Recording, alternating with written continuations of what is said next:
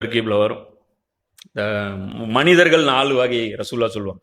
First வகை யார் அப்படின்னா, அல்லாஹ் வந்து அவங்களுக்கு செல்வமும் கொடுத்தான், அறிவும் கொடுத்தான், கல்வியும் கொடுத்தான், நேர்வழியும் இருக்கு அவங்க கிட்ட. அதை வச்சு அவங்க என்ன பண்றாங்க, பணமும் செலவு பண்றாங்க, அல்லாஹ்வுடைய பாதையில வந்து உழைக்கவும் செய்றாங்க. இவங்க வந்து சொர்க்கத்துல இருப்பாங்க அப்படிங்கிறாங்க. 2வது வகை யார் அப்படின்னா, இவங்க கிட்ட பணமும் இல்லை, கல்வியும் இல்லை. ஆனா என்ன சொல்றாங்க, யா அல்லாஹ் இது மாதிரி எங்ககிட்ட காசு இருந்தா, எங்ககிட்ட அறிவு இருந்தா, இந்த அறிவு மாதிரி நானும் ஆயிருப்பேனே, இந்த செல்வந்தர் கொடுத்த மாதிரி நானும் கொடுத்துருப்பேன்னு நான் ஆசைப்பட்டாங்க. இவங்க ஆசைப்பட்டதன் காரணத்தினால் இவர்களுடன் அல்லாஹ் வந்து 2 பேரும் ஒரே கேட்டகரி ஆக்கிடுறான். இப்போ 3வது கேட்டகரி யாரு அப்படின்னா, காசும் இருக்கு, நேர்வழி இல்லை, கூத்தடிக்கிறான், 1500 கோடியில கல்யாணம் பண்றான்.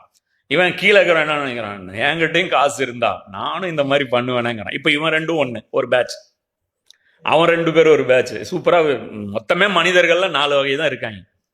இருக்கிறவன் இல்லாதப்பட்டவன், இப்ப இல்லாதப்பட்டவனும் சொர்க்கத்துக்கு போறான், இல்லாதப்பட்டவனும் நரகத்துக்கு போறான். அப்ப இது ஒரு கணக்கு வச்சுங்க. இப்ப இதுலதான் அந்த 2வது கேட்டகரி ஆள் இங்க வர்றாங்க. அப்ப அல்லாஹ் சொல்றான், ஆகியோர் அல்லாஹ் மற்றும் அவனுடைய தூதருக்கு வாய்மையாளர்களாக இருக்கும் பட்சத்தில் அவர்கள் மீது யாதொரு குற்றமும் இல்லை.